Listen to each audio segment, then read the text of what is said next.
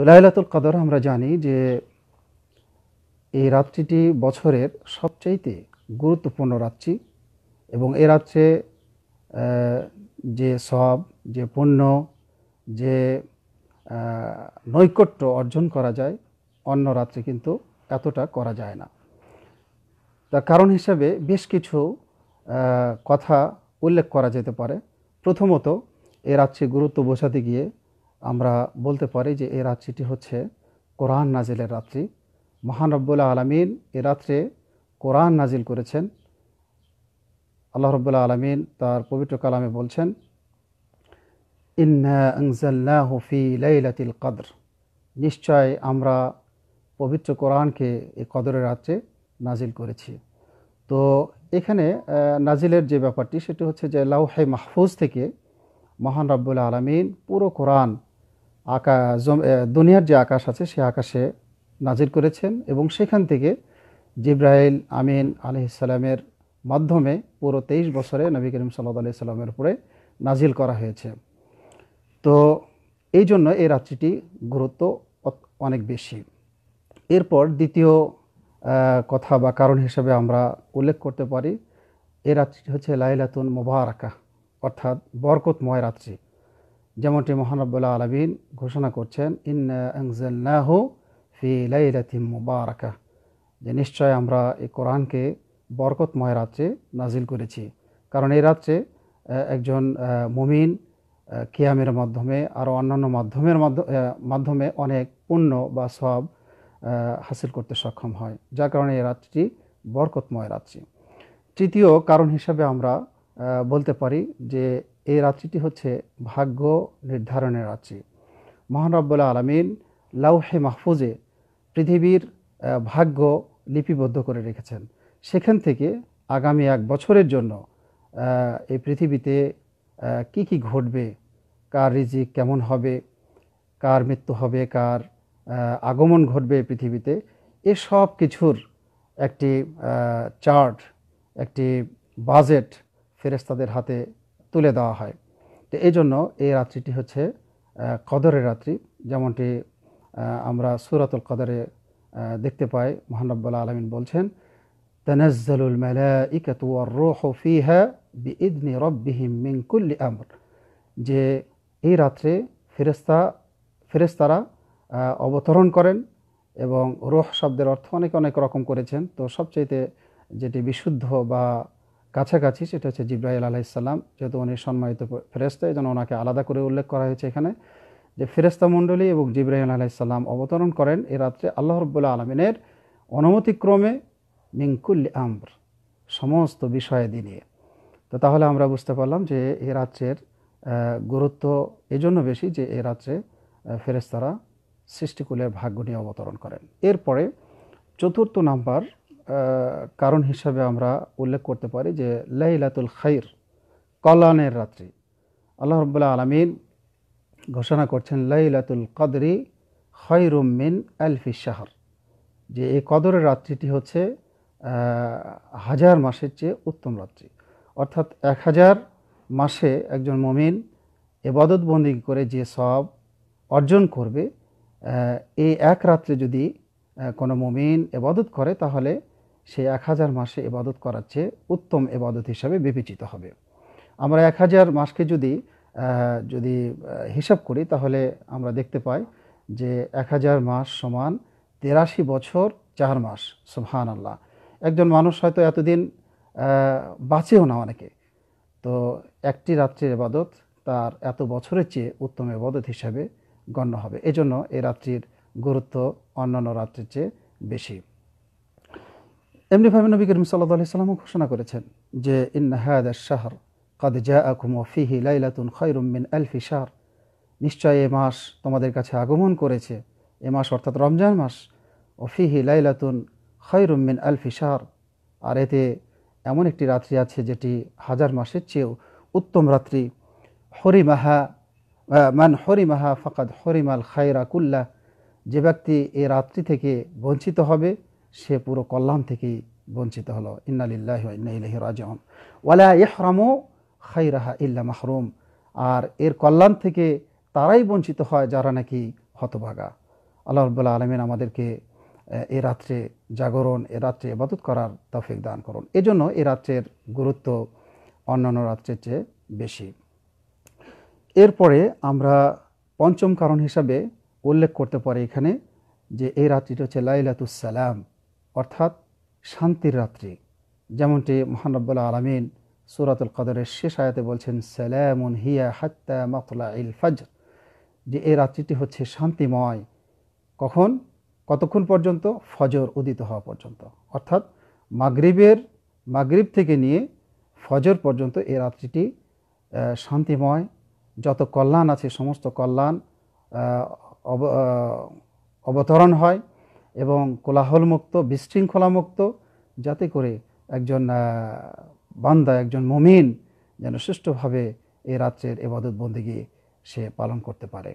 এজন্য দেখা যায় যে অন্যান্য রাত্রির চেয়ে এ রাত্রে এই সুন্দর পরিবেশ থাকার কারণে একজন বান্দা, একজন মুমিন ইবাদত বন্দেগীতে যে স্বাদ, যে মজা পায়, সেটা অন্য রাত্রে কিন্তু এত মজা পায় না। তো এই জন্য এই লাইলাতুল কদরের গুরুত্ব অন্যান্য রাত্রির চেয়ে স্বাভাবিকভাবে বেশি। এরপরে ষষ্ঠ কারণ এবং শেষ যেটি আমার কাছে আছে, শেষ কারণ হিসাবে আমরা বলতে পারি যে এই রাত্রিটি হচ্ছে লাইলাতুল মাগফিরাহ, ক্ষমার রাত্রি। আল্লাহ রাব্বুল আলামিন এই রাত্রে ক্ষমা করেন প্রচুর পরিমাণে তার বান্দাদেরকে। যেমনটি আমরা নবী করিম সাল্লাল্লাহু আলাইহি সাল্লামের ভাষায় দেখতে পাই যে রাসূলুল্লাহ সাল্লাল্লাহু আলাইহি সাল্লাম বলছেন, মান কামা লাইলাতাল কদরি খায়রুম মান কামা লাইলাতাল কদরি ঈমানান ওয়া ইহতিসাবান গুফিরা লাহু মা তাকদ্দামা মিন যামবি, যে ব্যক্তি এই লাইলাতুল কদরে সালাতের উদ্দেশ্যে কিয়াম করল, ঈমানান অর্থাৎ ঈমানান বিল্লাহ, আল্লাহর প্রতি পূর্ণ আস্থা রেখে, ওয়া ইহতিসাবান এবং সওয়াবের আশায়, গুফিরা লাহু মা তাকদ্দামা মিন যামবি, তাহলে তার পূর্বের যত গুনাহ আছে ছোট বড় সকল গুনাহ ক্ষমা করে দেওয়া হবে। সুবহানাল্লাহ। এই জন্য এই রাত্রিটি হচ্ছে লাইলাতুল মাগফিরাহ। এই মাগফিরাতের কারণেও অন্যান্য রাত্রির চেয়ে এই রাতের গুরুত্ব বা ফজিলত বেশি। তা আমরা প্রথম অংশ শেষ করলাম, এখন আমরা দ্বিতীয় অংশ চলে যাব যে এই রাত্রে আমরা কি কি ইবাদত করতে পারি। সবচেয়ে বড় এবং গুরুত্বপূর্ণ যে ইবাদতটা, যেটি আমি কিছুক্ষণ আগে উল্লেখ করলাম, যে মান কামা লাইলাতুল কদরি ঈমানান ওয়া ইহতিসাবান গুফিরা লাহু মা তাকদ্দামা মিন যামবি, কিয়াম। তো এই কিয়ামটি আমরা এই রমজান মাসে যেটা আমরা করে থাকি, যেটাকে তারাবির সালাত হিসেবেও আমরা গণ্য করে থাকি। তো এই নামাজটি আমরা নবী করিম সাল্লাল্লাহু আলাইহি সাল্লামের অনুসরণ করে, তার সুন্নাহকে ফলো করে, তার নিজস্ব যে আমল ছিল এই কিয়াম সংক্রান্ত, সেই আমলটি আমরা করার চেষ্টা করব। সেটি হচ্ছে 11 রাকাত, যেটি মা আয়েশা রাদিয়াল্লাহু তাআলা আনহা থেকে বর্ণিত হয়েছে। এই জন্য আমরা এই 11 রাকাত সালাত লম্বা কেরাতের মাধ্যমে আমরা এই সালাতটি এই লাইলাতুল কদরে বিশেষভাবে পালন করার চেষ্টা করব। যদি কেউ এই 11 রাকাতের বেশি পড়তে চায়, তার জন্য উন্মুক্ত আছে, কোনো অসুবিধা নাই, পড়তে পারে কেউ। ওই হাদিসের ভিত্তিতে, যে হাদিসে এক সাহাবী নবী করিম সাল্লাল্লাহু আলাইহি সাল্লামকে রাত্রের নামাজের সম্পর্কে জিজ্ঞাসা করা হয়েছিল, তখন তিনি বলেছেন সলাতুল লাইলি মাসনা মাসনা, যে রাতের নামাজ হচ্ছে 2 রাকাত 2 রাকাত করে।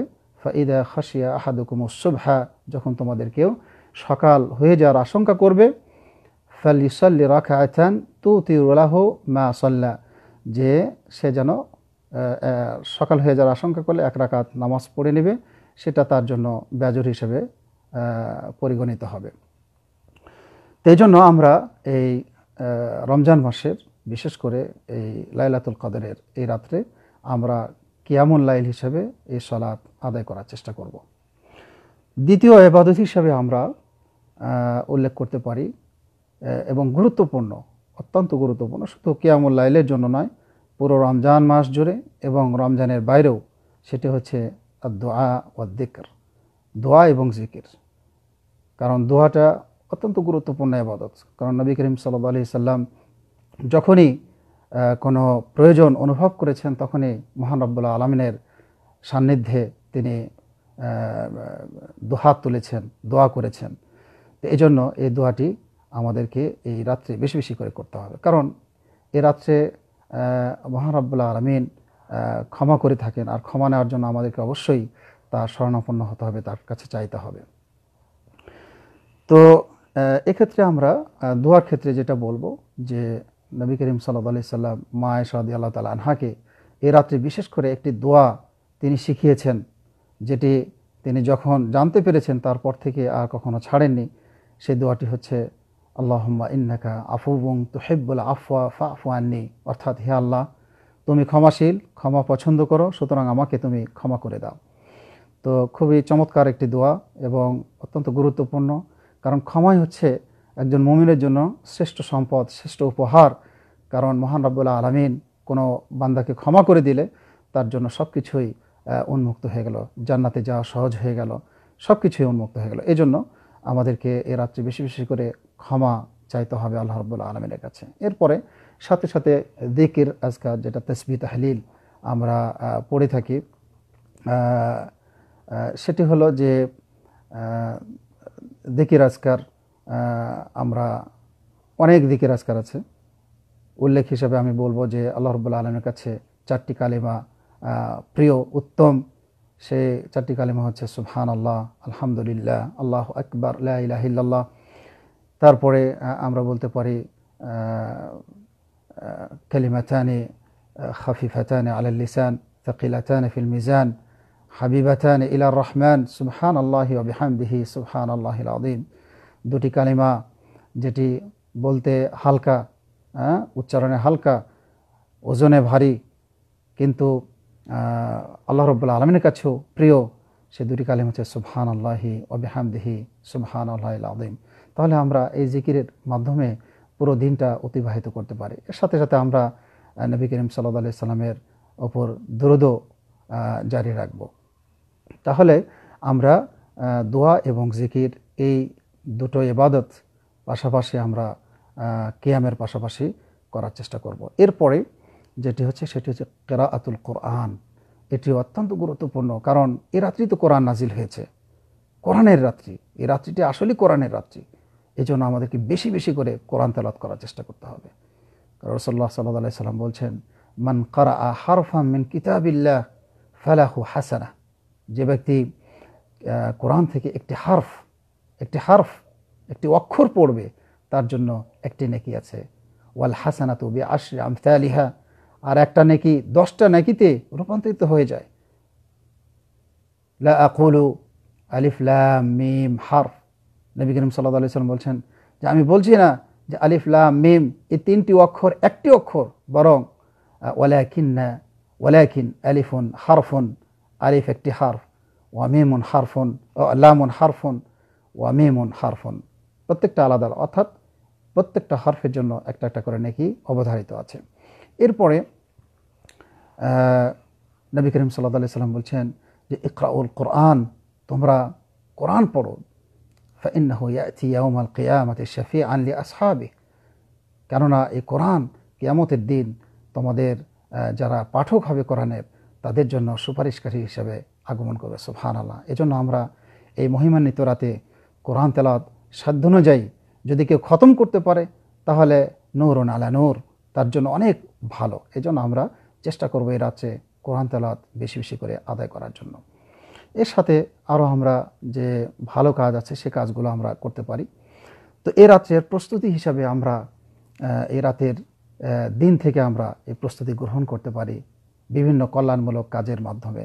যেমন আমরা যখন ফজরের নামাজ পড়লাম, নামাজের পরে যিকির আজকার করলাম, এরপরে রাত্রে যেহেতু আমরা জাগরণ করব, এজন্য সকালে যে আপনার সলাতুদ দোহা আছে, সেই দোহার সলাত আদায় করে আমরা কিছুক্ষণ আরাম করে, যাতে করে রাত্রের ইবাদত আমরা সুন্দরভাবে সুষ্ঠুভাবে আদায় করতে পারি। এরপরে আমরা ফরজ ইবাদতের পাশাপাশি, ফরজ নামাজের পাশাপাশি যে সুন্নাত রাওয়াতিব আছে, সুন্নাহ মুআক্কাদা যেটাকে আমরা বলি, সে নামাজগুলো আমরা পরিপূর্ণভাবে আদায় করার চেষ্টা করব। এরপরে মুয়াজ্জিন যখন আজান দেয়, আজানের জবাবগুলো আমরা উল্লেখ করার চেষ্টা করব। অর্থাৎ এক কথায় আমরা যে সুন্নাহগুলো আছে সেই সুন্নাহগুলো অন্যান্য দিন তো আমরা পালন করবই, কিন্তু এই দিন আমরা বেশি সচেতন হব, যাতে করে রাত্রের ইবাদতের প্রস্তুতি হিসেবে আমরা যেন দিনটাকেও সুন্দরভাবে অতিবাহিত করতে পারি। এবং এর সাথে আরেকটি বিষয় আমি উল্লেখ করব সেটি হচ্ছে যে এই দিনে আমরা পিতামাতা যারা আছে তাদের সাথে সদাচরণের পরিমাণটা আরও বেশি বাড়িয়ে দেব। যারা জীবিত আছেন তাদের সাথে আচরণটা আরও সুন্দর করতে হবে, এবং যারা মারা গিয়েছেন তাদের জন্য যে করণীয় আমাদের রয়েছে সেই করণীয়গুলো আমরা বেশি বেশি করে করার চেষ্টা করব। রব্বির হামহুমা কামা রব্বায়ানি সগীরা। আল্লাহ রাব্বুল আলামিন তাদেরকে ক্ষমা করুক, তাদেরকে জান্নাতবাসী করুক যারা চলে গিয়েছেন, এবং যারা জীবিত আছেন তাদের উপর রহম করুক। এরপরে আমরা এই ইবাদতগুলো যেগুলো আমি সংক্ষিপ্তভাবে উল্লেখ করলাম আপনাদের সামনে, এই ইবাদতগুলো আমরা এ রাত্রি বেশি বেশি পালন করার চেষ্টা করব। এরপরে আমরা এখন জানব যে এই লাইলাতুল কদর আসলে কোন রাত্রিতে সংঘটিত হয়ে থাকে। তো আমরা হাদিসের যে বর্ণনাগুলো আমরা দেখতে পাই, সেই বর্ণনাগুলো যদি বিশ্লেষণ করা যায়, এবং ওলামায়ে কেরাম বিশ্লেষণ করে প্রায় আপনার 64টার মতো বক্তব্য তারা দিয়েছেন, ভিন্ন ভিন্ন বক্তব্য। তো এই জন্য কোনো বক্তব্যই কিন্তু এই লাইলাতুল কদরের সময়কে নির্ধারণ করতে পারেনি, অর্থাৎ সম্ভাবনার কথা বলা হয়েছে। এই জন্য ইসলামও এই রাত্রিটিকে নির্দিষ্ট করে উল্লেখ করেনি, কারণ হলো যাতে করে তারা এই রমজান মাসের শেষ দশক যেন পরিপূর্ণ ইবাদত বন্দেগীর মাধ্যমে অতিক্রম করতে পারে। আমি দুটি হাদিস আপনাদের সামনে উল্লেখ করছি। রাসূলুল্লাহ সাল্লাল্লাহু আলাইহি সাল্লাম বলছেন যে তাহাররাউ লাইলাতুল কদরি মিনাল আশরিল আখির, লাইলাতুল কদরি ফিল আশরিল আখির মিন রমাদান, যে রমজান মাসের শেষ দশকে তোমরা এই লাইলাতুল কদর অন্বেষণ করো। আরেকটি বর্ণনায় এসছে যে তাহাররাউ লাইলাতুল কদরি ফিল ওয়িত্রি মিনাল আশরিল আখির মিন রমাদান, যে তোমরা এই লাইলাতুল কদর রমজান মাসের শেষ দশকের বেজর, অর্থাৎ বেজর রাত্রিতে তোমরা অন্বেষণ করো। তাহলে আমরা বুঝতে পারছি যে এই, এবং নবী করিম সাল্লাল্লাহু আলাইহি সাল্লামের নিজস্ব যেটা আমল ছিল এই লাইলাতুল কদর সংক্রান্ত, সেটি হচ্ছে মা আয়েশা রাদিয়াল্লাহু তাআলা আনহা বর্ণনা করছেন যে ইদা দাখালাল আশরুল আখির, ইদা দাখালাল আশরুল আখির, নবী করিম সাল্লাল্লাহু আলাইহি সাল্লাম কানা রাসূলুল্লাহ সাল্লাল্লাহু আলাইহি সাল্লাম ইদা দাখালাল আশরুল আখির, যখন এই শেষ দশক আগমন করত তখন নবী করিম সাল্লাল্লাহু আলাইহি সাল্লাম কি করতেন? শাদ্দা মিজারাহু, তিনি তার লঙ্গিকে শক্ত করে বাঁধতেন, অর্থাৎ প্রচুর প্রস্তুতি নিতেন। ওয়া আহিয়া লাইলাহা, এবং এই লাইলাতুল কদরকে তিনি জীবিত রাখতেন, অর্থাৎ তিনি লাইলাতুল কদরে নিজেকে ব্যস্ত রাখতেন। ও আইকাদ আহলাহু, শুধু নিজেই তিনি লাইলাতুল কদর উদযাপন করতেন না, বরং তার পরিবার পরিজন সবাইকে তিনি এ রাত্রে জাগরণ করে রাখতেন।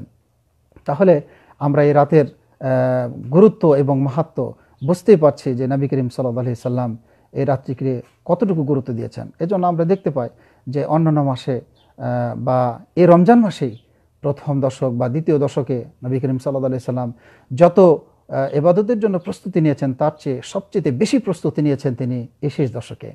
এজন্য আমরা যদি সত্যিকার অর্থেই এই লাইলাতুল কদর অন্বেষণ করতে চাই, তাহলে আমি বলবো যে আসুন নবী করিম সাল্লাল্লাহু আলাইহি সাল্লামের সুন্নাহকে ফলো করে আমরা এই শেষের দশকে প্রত্যেক রাত্রে যেন আমরা আমাদের ইস্তিহাদ, আমাদের প্রচেষ্টাকে চলমান রাখতে পারি। আল্লাহ রাব্বুল আলামিন আমাদের সবাইকে তৌফিক দান করুন, আমিন।